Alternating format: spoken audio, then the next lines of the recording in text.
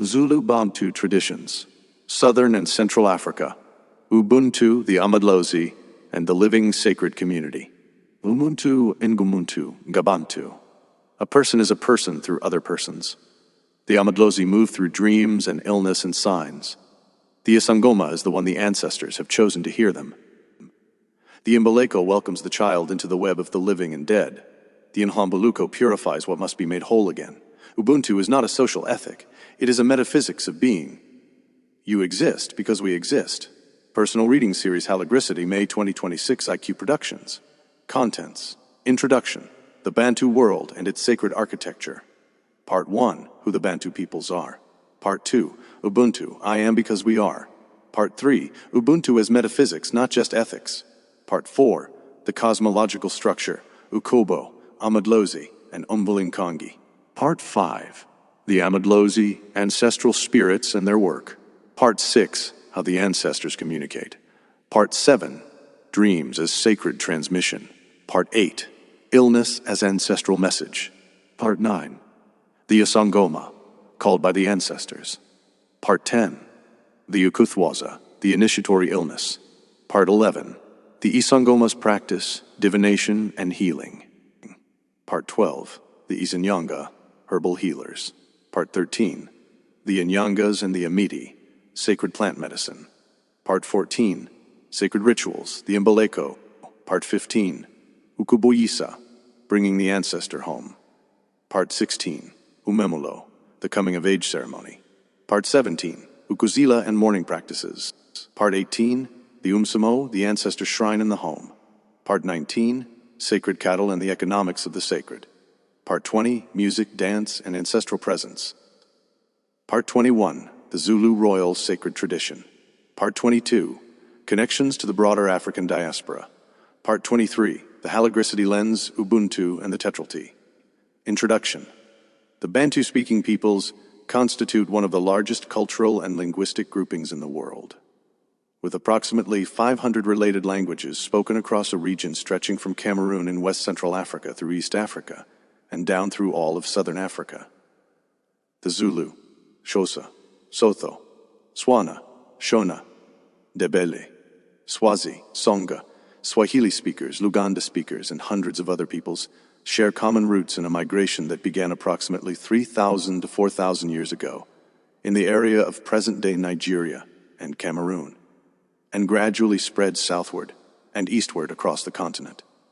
What unites the Bantu peoples at the level of sacred tradition, despite their extraordinary diversity, is a shared cosmological framework, the conviction that the living and the dead constitute a single sacred community, that the ancestors remain active participants in the lives of the living, that the diviner healer is the community's specialist in maintaining the communication between the living and the ancestral world, and that Ubuntu, the relational metaphysics that understands individual existence as constituted by and inseparable from the web of all relationships, is the philosophical foundation of everything sacred and everything ethical. This guide focuses primarily on Zulu tradition as the most extensively documented and most widely known of the Southern African Bantu traditions, while drawing parallels to related Xhosa, Sotho, Shona, and other traditions where they illuminate the broader pattern. The Zulu tradition, with its extraordinary ancestor system, its highly developed isangoma tradition, and its specific ceremonial calendar, is the clearest window into what the entire Bantu sacred tradition shares at its foundations. Who the Bantu peoples are. The term Bantu refers to a linguistic grouping, languages that share a common ancestral language and that are characterized by specific structural features, including noun-class systems and agglutinative morphology. The Bantu migrations, one of the most significant population movements in human history, spread from a homeland in the Nigeria-Cameroon border region beginning approximately 3,000 to 4,000 years ago, eventually resulting in the peopling of virtually all of sub-Saharan Africa east and south of the Congo rainforest. In southern Africa specifically, the Bantu-speaking peoples arrived in the area of present-day South Africa approximately 1,500 to 2,000 years ago, bringing with them their agro-pastoral economy, their social organization, and their sacred tradition. They encountered the indigenous Khoisan peoples already present and developed complex relationships, including the incorporation of specific Khoisan elements into the broader Bantu tradition. Major Bantu groups and their sacred traditions. Zulu, the most widely known Southern African Bantu tradition, with highly developed isangoma tradition, specific ancestor ritual calendar, and the centrality of cattle to sacred practice. Xhosa, closely related to Zulu, famous for the inhlambuluko tradition, the Amakankatha, and a tradition of divination that includes the Amakiha as particularly prominent practitioners. Soto Tswana, related but distinct traditions, with specific emphasis on the Kotla as sacred space and specific initiation practices. Shona, the Mbayara instrument tradition. The Mbayara Dzavadzimu is the primary vehicle for ancestral communication in Shona tradition, played at Baira ceremonies, to invite the spirits of the ancestors to enter and speak through possessed mediums. Swahili Coast, the integration of Bantu ancestor tradition with Arab Islamic influences, producing specific syncretic traditions, including the Lelamama women's spirit possession societies. Ubuntu, I am because we are. Ubuntu is the foundational philosophical concept of Bantu sacred and social life. The Zulu formulation is Umuntu ngumuntu ngabantu. A person is a person through other persons. The Xhosa formulation is Umuntu ngumtu ngabantu. The Sotho equivalent, Motho ke motho ka bafo. The concept is expressed differently in each tradition, but the recognition is identical. What Ubuntu actually means. Ubuntu is most often introduced in the West as a social ethic, a principle of communal care, generosity, and mutual responsibility. This understanding is accurate, but incomplete. Ubuntu at its foundation is not merely a guide to how people should treat each other. It is a statement about the nature of personhood itself. The claim, Umuntu ngumuntu ngabantu, is not saying you should be a person through other persons. It is saying you are a person through other persons. Your identity, your consciousness, your very being is constituted by your relationships. Personhood is not a private possession. It is a relational achievement. You become more fully a person by engaging more fully and more generously with the persons around you. You become less of a person when you withdraw into isolated individualism. Connection to halagricity. Ubuntu, the recognition that individual existence is constituted by relational existence, that I am because we are, is the Bantu metaphysical formulation of what halagricity holds about the circle around the tetrale T-square. The square exists within the circle.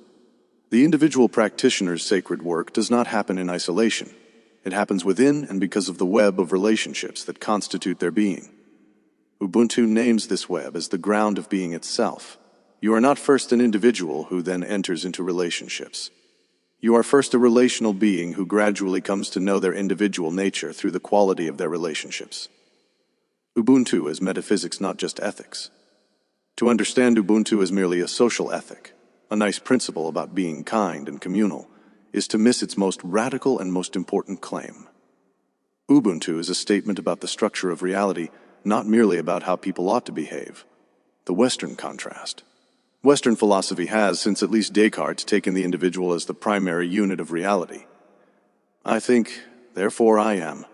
The isolated thinking subject is the foundation from which all else follows. Community, relationships, and society are secondary, built by individuals who are already complete in themselves, and who come together for practical reasons. This model produces a specific understanding of the sacred, the individual soul's relationship to God, the individual practitioner's spiritual development, the individual's salvation, the Ubuntu counterclaim.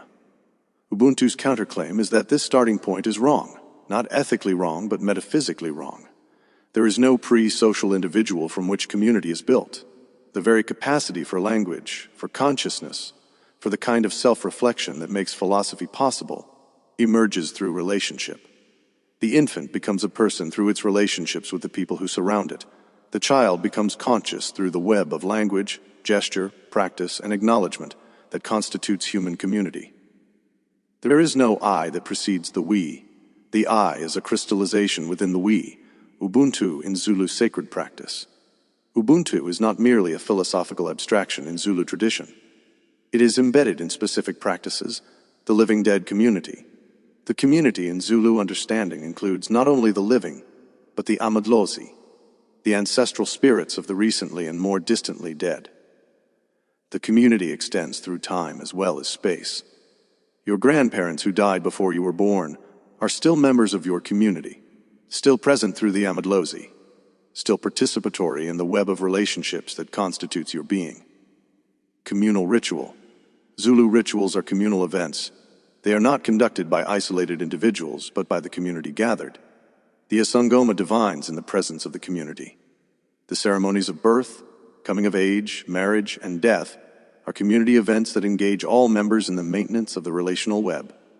Decision-making, major decisions in traditional Zulu life are made in community through extended consultation with all affected parties. The individual's decision is always made in the context of the community's well-being. This is not a limitation on individual freedom, but the recognition that individual decisions are always relational events with relational consequences. Healing as community restoration in Zulu understanding, illness is frequently a disruption of relational harmony, a signal from the ancestors that something in the community's relationships needs attention. Healing is therefore a communal practice that addresses the relational disruption, not merely the individual's physical symptoms. The cosmological structure Ukobo, Amadlozi, and Umvalinkangi. Zulu cosmology organizes existence into a structured reality that integrates the visible and invisible worlds, the living and the ancestral, the individual and the cosmic. The Zulu cosmological framework, Umvalinkangi, the supreme creative power, the ultimate source from which all existence flows. In Zulu understanding, Umvalinkangi is the primordial creative power that called all things into being. Unlike many Western conceptions of God, Umvalinkangi is not typically petitioned directly or maintained in active relationship by ordinary Zulu practitioners. The divine is too vast and too remote for direct human-to-divine contact. The ancestors serve as the intermediaries. Unkulunkulu, the first ancestor, the primordial being who, in some Zulu accounts, emerged from the primordial reed bed as the first human. Unkulunkulu taught human beings all the arts of life, fire, cultivation, cattle keeping, the ceremonies of birth and death. He is simultaneously the first ancestor and the culture hero, the being through whom the divine pattern of human life was established. The Amadlozi, the most immediately relevant divine beings for daily Zulu life, the spirits of the recently and more distantly deceased members of the lineage who remain active participants in the community's life. The Izilwane, specific animals understood as vehicles through which ancestral and other spiritual powers manifest, particularly snakes and specific birds. The Umfafumulo, the animating life force within each person, the specific breath of life that distinguishes the living from the dead, and that, at death, returns to the ancestral realm. The Amadlozi ancestral spirits and their work.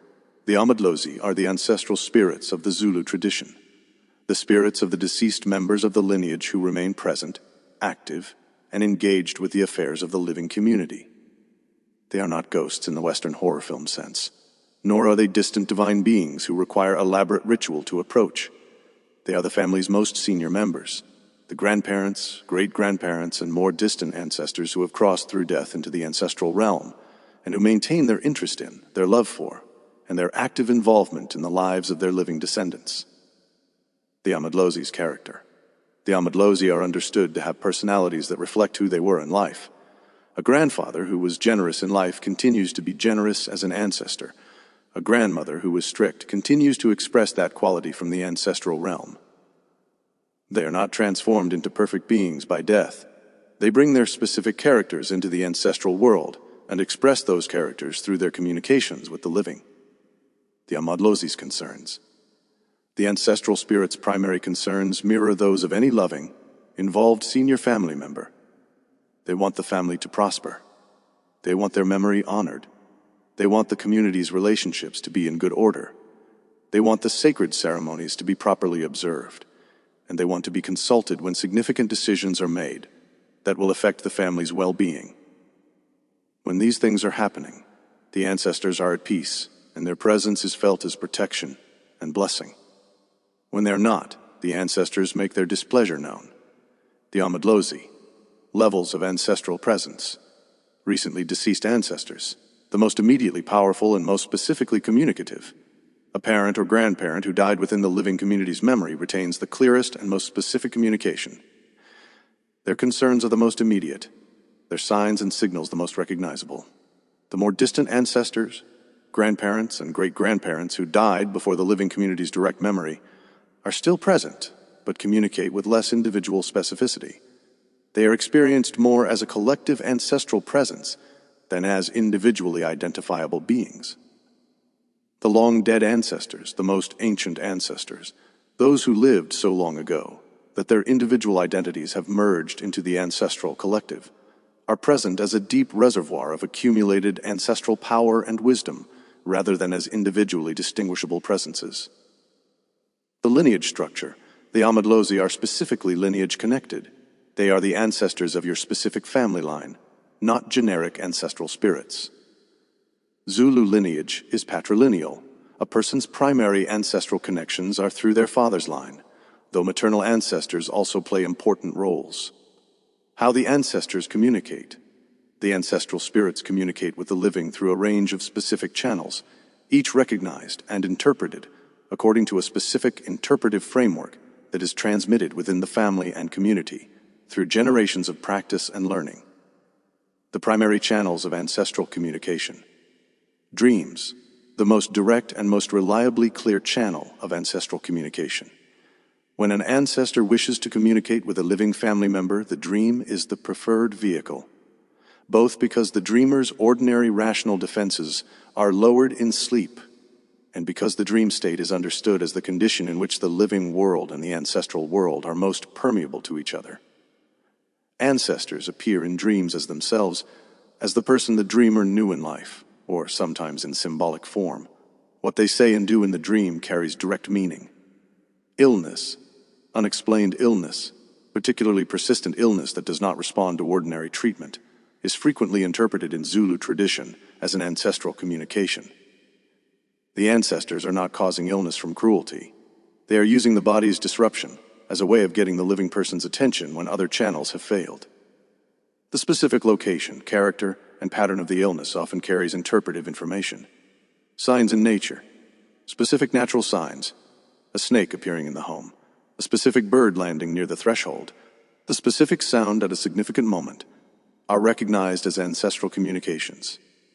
The green mamba appearing in or near the home is particularly significant in Zulu understanding.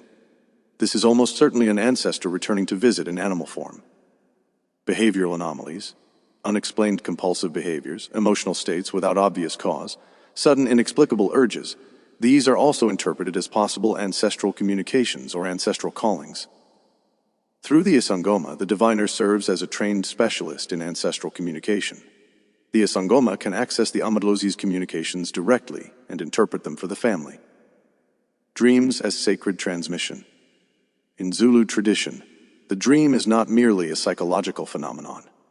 It is a sacred space in which the living and the dead meet, in which the boundary between the two worlds becomes permeable, and in which the ancestors can speak most clearly. Dream interpretation is a significant skill in Zulu's sacred life, practiced by diviners professionally and by ordinary community members in relation to their own family dreams. The ancestral dream. When an ancestor appears in a dream, the dreamer wakes with a specific quality of recognition that distinguishes the ancestral dream from ordinary dreaming. A sense of having been genuinely in the presence of the person who appeared, a quality of emotional reality that exceeds that of ordinary dream experience. The content of what the ancestor says or does is treated as a direct communication that carries specific meaning for the dreamer's waking life. The calling dream. A specific category of dream that the Zulu tradition recognizes is the calling dream. The dream through which the ancestors indicate that a specific living person is being chosen to become an isangoma. These dreams are typically characterized by their extraordinary vividness, their recurrence, their specifically ancestral content, and the physical distress that accompanies them if the calling is ignored. The calling dream is the beginning of the ukuthwasa, the initiatory process of becoming an isangoma, working with dreams, Zulu practice. Upon waking from a significant dream, in Zulu tradition, a significant dream is not dismissed or allowed to fade. The dreamer, 1, wakes and immediately recalls and holds the dream's content in full awareness, not analyzing yet, simply holding two, may make a small offering at the Umsamo, acknowledging that a communication has been received. 3.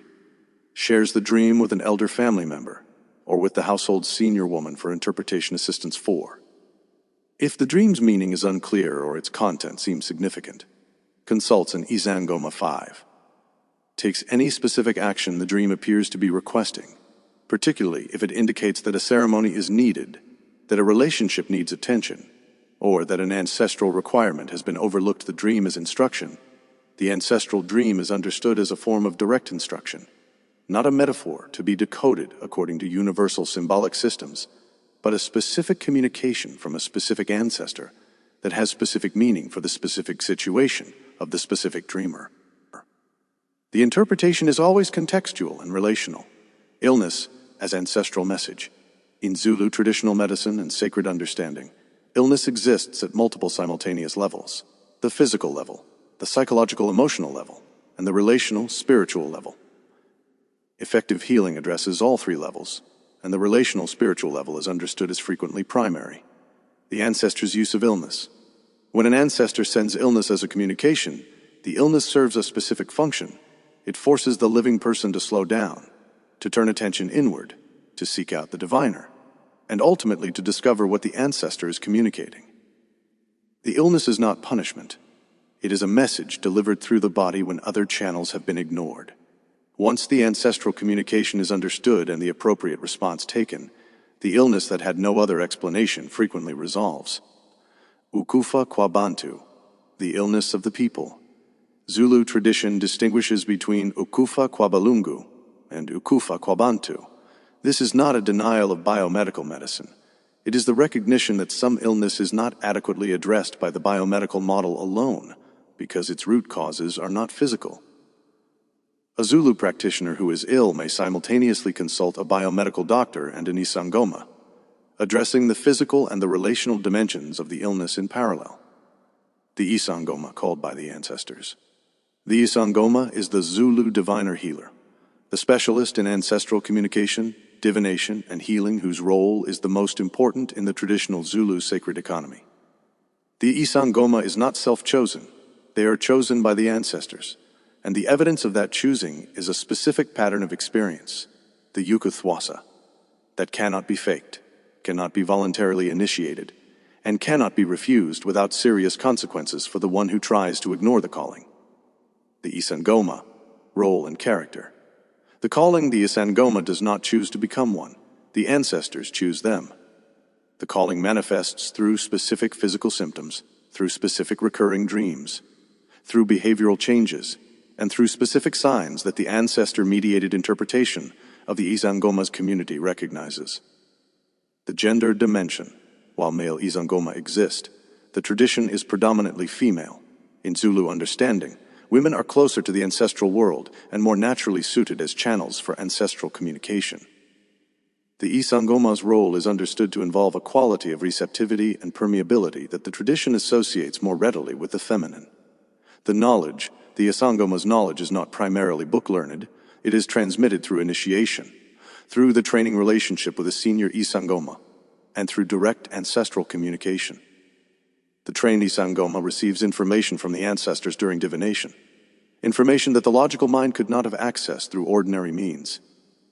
The distinction from the Inyanga. The isangoma works primarily through ancestral communication and divination to identify causes of illness and disruption. The Inyanga works primarily through plant medicine to address those causes once identified. These are distinct roles, though some practitioners hold both. The social role.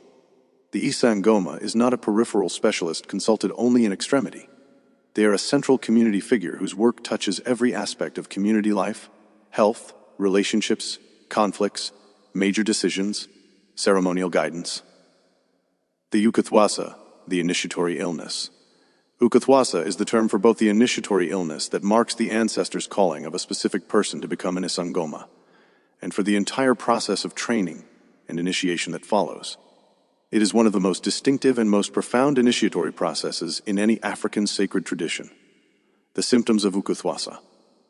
The Ukuthwasa manifests differently in different people, but common patterns include recurring and extraordinarily vivid dreams, often featuring ancestors in traditional regalia or in specific ceremonial contexts, persistent physical illness without identifiable biomedical cause, behavioral changes, withdrawal, unusual sensitivity, periods of trance-like states, specific compulsive behaviors associated with ancestral calling, and emotional instability alternating with states of extraordinary clarity. The training process. Once the Ukathwasa is identified, the calling person enters a training relationship with a senior isangoma. This training can last from several months to several years, involving immersion in the divination practice, learning to read bones and other divination instruments, learning the specific ceremonies and their protocols, learning the plant medicines and their applications, and most importantly, learning to open reliably to ancestral communication. The Mvimba, the initiation ceremony. The completion of Ukathwasa training is marked by the Mvimba, a community celebration that formally installs the newly trained isangoma in their role. The slaughter, a beast is sacrificed, its blood offered to the ancestors whose calling has been honored and whose training their chosen practitioner has completed. The dancing. The new isangoma performs extended ceremonial dancing in their beaded regalia.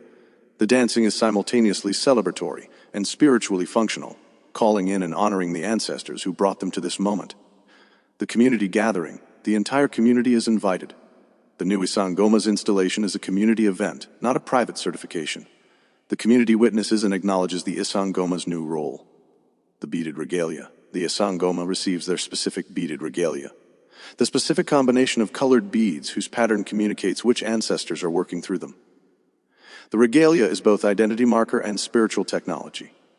From this point, the community now has access to a new specialist in ancestral communication. The new isangoma's practice begins. The isangomas practice divination and healing. The isangoma's primary work is ukubula, divination, the practice of opening to ancestral communication in a structured session to identify the causes of the client's distress and the appropriate responses. The divination session. What happens? The approach. The client come to the isangoma. The isangoma typically sits in their specific place wearing their regalia. The opening. The isangoma enters a state of heightened receptivity through specific breathing, specific chanting or humming, and sometimes through the use of specific substances. The ancestors are called to be present. The ukuvumisa, in traditional Zulu divination, the client does not necessarily state their problem. The isangoma begins making statements, describing what they are perceiving about the client's situation, and the client responds with siavuma when something is correct. This throwing of statements and catching by client agreement allows the isangoma to navigate toward the specific issue without leading. The bones. Many isangoma work with a set of divination objects: bones, shells, coins, seeds, and other items, each with specific symbolic meanings. The isangoma throws the set and reads the pattern of how they land, with the specific configuration communicating specific messages from the ancestral realm about the client's situation. The prescription.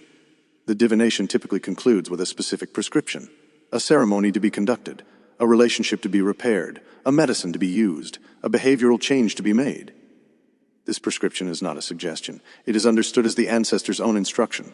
The confidentiality, what passes in a divination session, is private. The isangoma does not gossip about client situations. The imbeleko welcoming the ancestor's child. The imbeleko is the ceremony that formally welcomes a new child into the web of the living and ancestral community. The Zulu birth ceremony that introduces the new life to the Amadlozi and requests their protection and guidance for the child through the course of their life.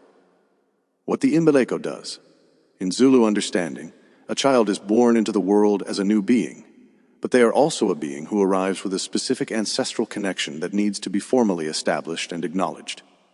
The imbeleko performs this establishment.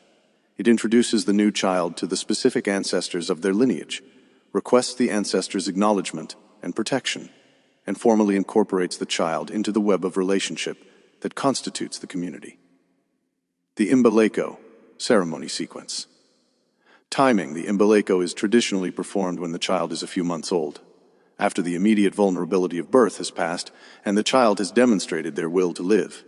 The beast, a goat or sheep, is slaughtered, its throat cut toward the east, in the direction of the ancestors. The blood is allowed to fall on the ground, offered to the earth and to the Amadlozi. The gallbladder of the slaughtered animal is opened, and the bile used to anoint the child, applied to specific points on the child's body. This connects the child physically to the sacrifice that has been made on their behalf.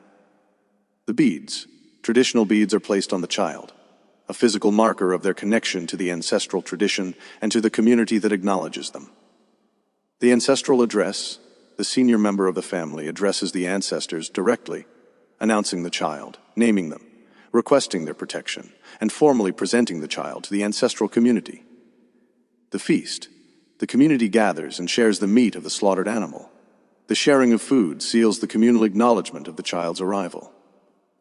The result, from this point, the child is formally part of both the living community and the ancestral community. The Amadlozi know them. They are seen, acknowledged, and protected. Ukubuyisa, bringing the ancestor home.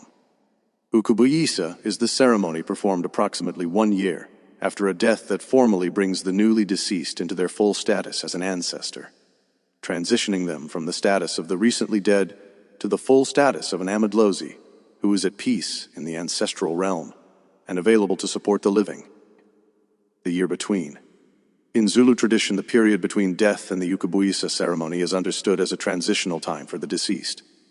They have left the body, but have not yet fully settled into their ancestral role. During this year, specific mourning observances are maintained by the family, and the deceased may communicate with heightened urgency through dreams, illness, and signs as they work toward their full ancestral status. The Ukubuyisa ceremony. The beast, a substantial sacrifice, a cow or a large goat, is slaughtered. The quality and size of the sacrifice communicates the family's regard for the deceased and their commitment to the ancestor relationship. The ancestral call. The family's senior members address the ancestors directly, specifically calling the name of the newly deceased, acknowledging their new status, welcoming them into the full ancestral community, and requesting their presence as a protector and guide.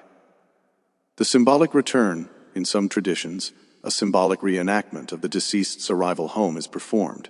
The deceased's spirit is understood to return to the home for the ceremony before taking up their permanent residence in the ancestral realm. The release of mourning, the Ukubuyisa, marks the end of the formal mourning period. The black mourning clothing is removed, the behavioral restrictions of mourning are lifted, the family returns to full participation in community life, but now with a new ancestor present in the ancestral community. The result, from this point, the newly deceased has fully transitioned to ancestral status. They are available to communicate through dreams, to receive offerings at the umsamo, and to participate in the family's ongoing life as a protector and guide. Umemulo, the coming-of-age ceremony. The umemulo is the Zulu female coming-of-age ceremony, the ceremony that marks a young woman's transition from girlhood to full adult status as a woman eligible for marriage. It is one of the most joyful and most communally significant ceremonies in the Zulu calendar. What the umemulo marks. The umemulo does not merely mark the biological fact of puberty. It marks the young woman's formal entry into the full web of community responsibility, the acknowledgement by the community of her adult status, and the presentation of the young woman to the ancestors of her lineage as a full adult member of the community. The umemulo, elements and sequence. The beast, a cow or large goat, is sacrificed, the largest sacrifice of the young woman's life to this point. The sacrifice acknowledges the significance of the transition. The ceremonial dress, the young woman wears specific ceremonial dress, beaded regalia accumulated over years of her childhood, specific traditional clothing that marks her status. The dancing, extended ceremonial dancing by the young woman and her age mates. The dance is simultaneously celebratory and spiritually functional, honoring the ancestors and marking the transition. The communal gathering, the entire community attends, elders, peers, family from far distances. The umemulo is a community event of the first order. The gifts, the young woman receives gifts of money, cattle, and other items from community members. Gifts that acknowledge her adult status and that begin her own accumulation of adult resources. The significance, from this point, the young woman is understood to be a full adult member of the community. Her relationships with the ancestors formalized at a new level. Her communal responsibilities established. Her eligibility for marriage acknowledged. The Umsamo, the ancestor shrine in the home. The Umsamo is the sacred space within the traditional Zulu home where the ancestral spirits are most present and most accessible. The specific location within the homestead that serves as the material interface between the living and the ancestral community. Location and structure. In the traditional Zulu homestead, the Umsamo is located at the back of the main house, specifically at the far interior wall, directly opposite the entrance. This is the most sacred corner of the home, the point farthest from the ordinary threshold of the world. The Umsamo is typically a slightly elevated area, kept clean and free of ordinary clutter, where specific objects associated with the ancestors are placed. The Umsamo. What is placed there, and what is done there? What is placed ati, the Umsamo, specific objects that belong to the deceased ancestors whose presence is most needed. Traditional beer, brewed specifically for ancestral offerings. Snuff, offered to male ancestors. Specific medicines and sacred substances, sometimes specific plants associated with ancestral connection. What is done ati, the Umsamo, morning acknowledgement. Upon waking, speaking a brief acknowledgement to the ancestors. Sanabona, establishing the day's contact. Evening report, sharing the day's significant events with the ancestors, asking their guidance. Special occasions, pouring libation while calling the ancestors' names and stating what is being offered and why. Seeking guidance, sitting at the Umsamo in a specific state of openness and receptivity, asking a question and remaining quiet enough to receive the response. Gratitude, when something the ancestors' intervention helped to produce has come about, returning to the Umsamo to acknowledge and thank the relationship. The Umsamo makes the ancestor relationship material and daily. It creates a specific physical place in the home where the ancestral community is acknowledged every day, not only at special ceremonies.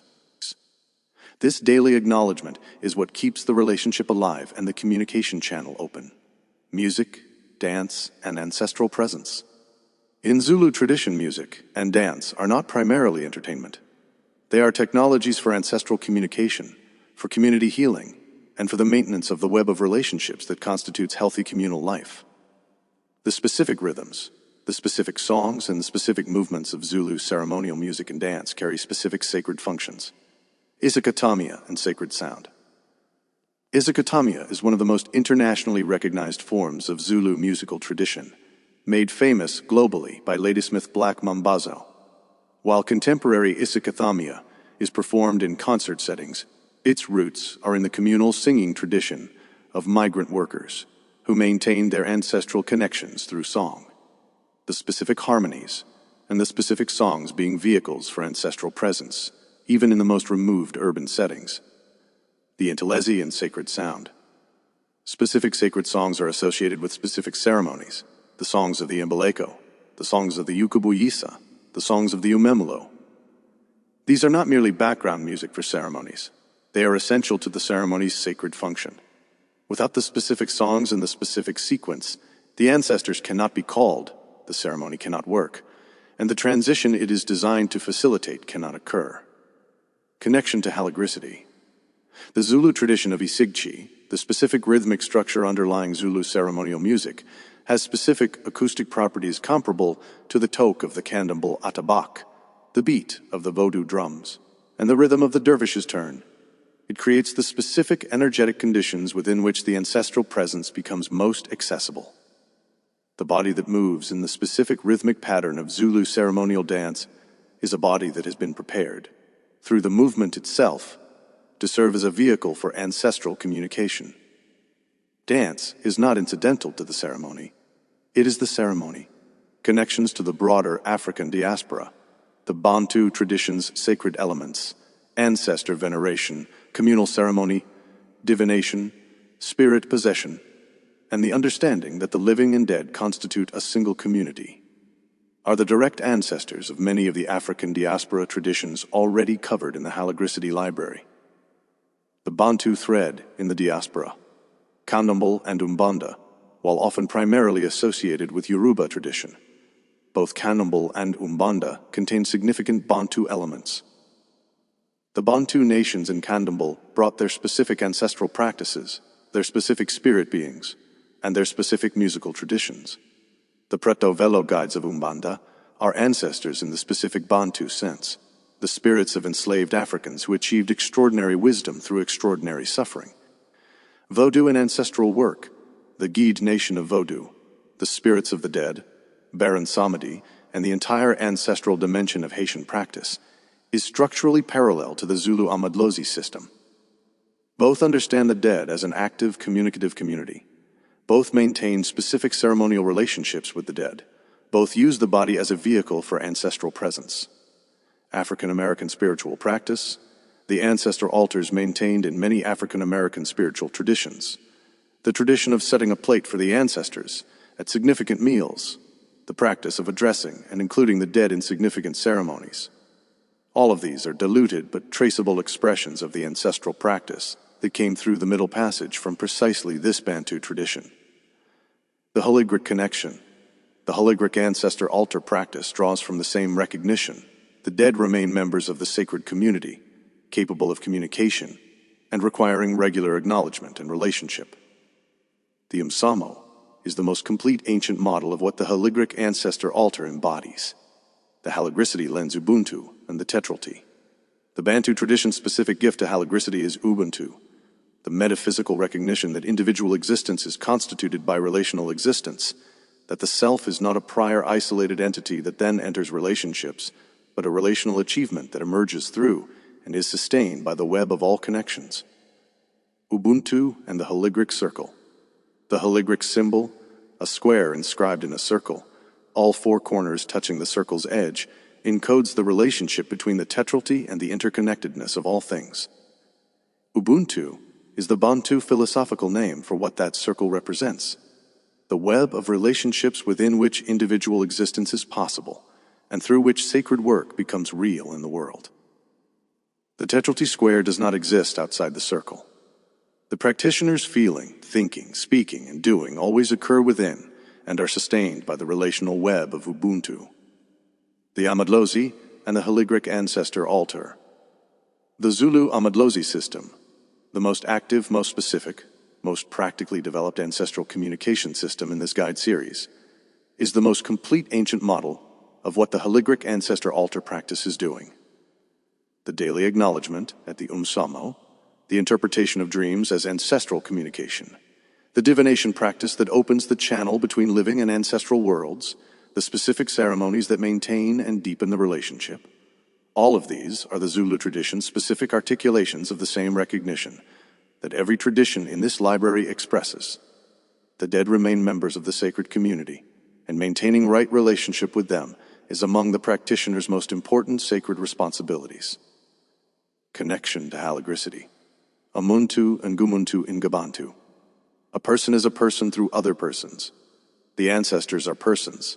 The community extends through time, backward to the first ancestors who emerged from the Ulanga, forward to the children not yet born who will one day be the ancestors of those who come after. You are not alone in your sacred work.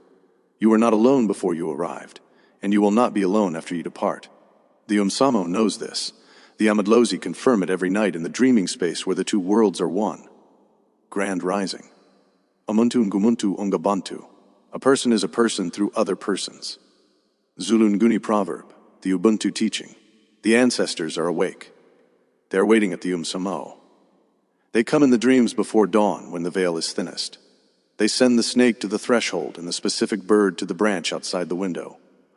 They call the ones they have chosen through illness that the clinic cannot explain. They are not gone. They have only crossed. And they remain, as they always were, members of the community, the most senior members whose care for the living has only grown deeper with the perspective that the other side provides. Sanabona, I see you. Grand Rising. Personal Reading Series Haligricity or IQ Productions or May 2026.